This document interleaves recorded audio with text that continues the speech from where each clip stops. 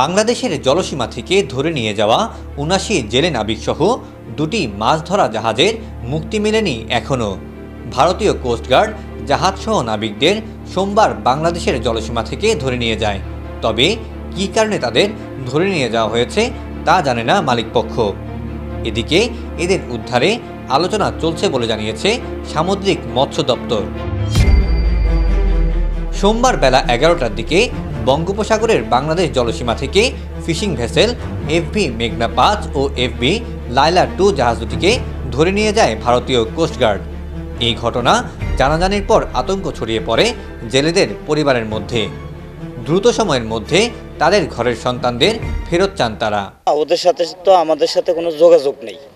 এখন তো আমরা আসছি অফিসে আসার পরে এখন আমাদের বলছে যে দেখেন আমাদের এদিকে একটা মিটিং চলতেছে, ওই লালা কোম্পানির অফিসের থেকেও মানুষ আসছে, এদের সাথে আমাকে একটা বৈঠক চলতেছে, আমরা বৈঠক পরে আপনাদেরকে যা বলার বলবো। সবাই আছে জাহাজে, তো ওদের এখানে সকালে আমি গিয়েছিলাম, যখন জানতে পারছি ওরা কেউ কিছু বলে নাই, তো আমি প্রকৃতভাবে এটা ওখানের স্টাফ থেকে জানতে পারছি যে মেঘনা ৫ যে বারটা আটকা গেছে। তো এখন ওরা কিছু বলে না, ওরা বলে মিটিং আছে, মিটিং শেষ হওয়ার পরে কি বলে না বলে বলতে পারতেছি না এখনো।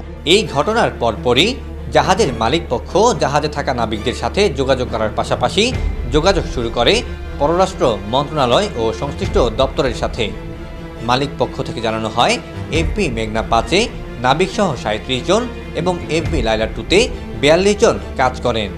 সবশেষ তথ্য অনুযায়ী জাহাজ দুটিকে ভারতের উড়িষ্যার দিকে নিয়ে যাওয়া হচ্ছে বলে নিশ্চিত হয়েছে কর্তৃপক্ষ।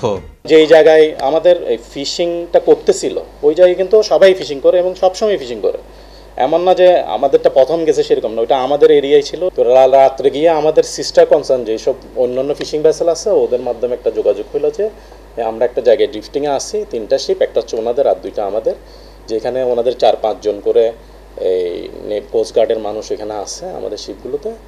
তো আমাদের যোগাযোগ করার চেষ্টা করতেছে আমাদের নেভি এবং কোস্টগার্ডের সাথে। লাস্ট ইনফরমেশন হচ্ছে ওরা ৯-১০ নটিক্যাল মাইল দূরে এই মুহূর্তে ড্রিফটিং করতেছে। ওইটা হচ্ছে ইন্ডিয়ান প্যারাদ্বীপ নামে একটা জায়গা আছে, ওইখান থেকে। আজকে সকাল ১১টা নাগাদ লাস্ট জাহাজের সঙ্গে কমিউনিকেশন হয়েছে। সেখানে আমরা জানতে পেরেছি যে এটা উড়িষ্যার কোনো একটা তাদের যে প্যারাদ্বীপ যে তাদের বন্দর আছে সেই দিকে কাছাকাছি আর কি এই মুহূর্তে আছে। এদিকে জোর করে দেশের জলসীমা থেকে জেলেদের ধরে নিয়ে যাওয়ার এই ঘটনাকে অনাকাঙ্ক্ষিত বলছে বাংলাদেশ মেরিন ফিশারিজ অ্যাসোসিয়েশনের এই কর্মকর্তা। বাংলাদেশের সীমানায় তারা ফিশিং করতেছিল, ভারতীয় কোস্টগার্ড এসে ওদেরকে ধরে নিয়ে চলে যায়, জোরপূর্বক এক প্রকার জোরপূর্বক ধরে নিয়ে চলে এবং আমরা চেষ্টা করেছিলাম যে নৌবাহিনীর মাধ্যমে সরাসরি ওদেরকে রিকোয়েস্ট করে জাহাজ দিয়ে ফিরিয়ে নিয়ে আসা যায় কিনা। তো কোনোভাবেই সেটা সম্ভব না হওয়াতে আমরা পররাষ্ট্র মন্ত্রণালয়ে পত্র দিই আর নৌবাহিনীকে রিকোয়েস্ট করেছি জোরদার ব্যবস্থা করার জন্য যেন কোনোভাবেই আমাদের সীমানার মধ্যে ভারতীয় নৌবাহিনীর ট্রলার ভারতীয় নৌবাহিনীর কোনো জাহাজ দিতে আসতে না পারে। সামুদ্রিক মৎস্য দপ্তর জানিয়েছে মাছ ধরার জাহাজ দুটিকে ফেরত আনতে বাংলাদেশ নৌবাহিনী ও কোস্টগার্ড সহ তৎপরতা শুরু করেছে সরকার।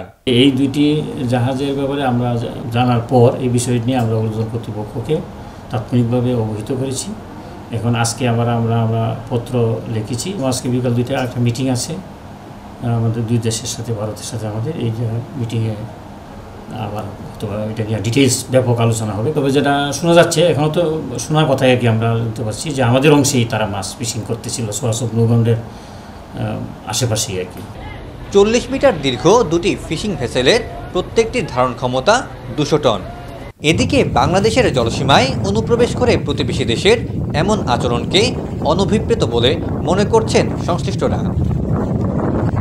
সৈয়দ তাম্মিম মাহমুদ, এটিএন বাংলা, চট্টগ্রাম।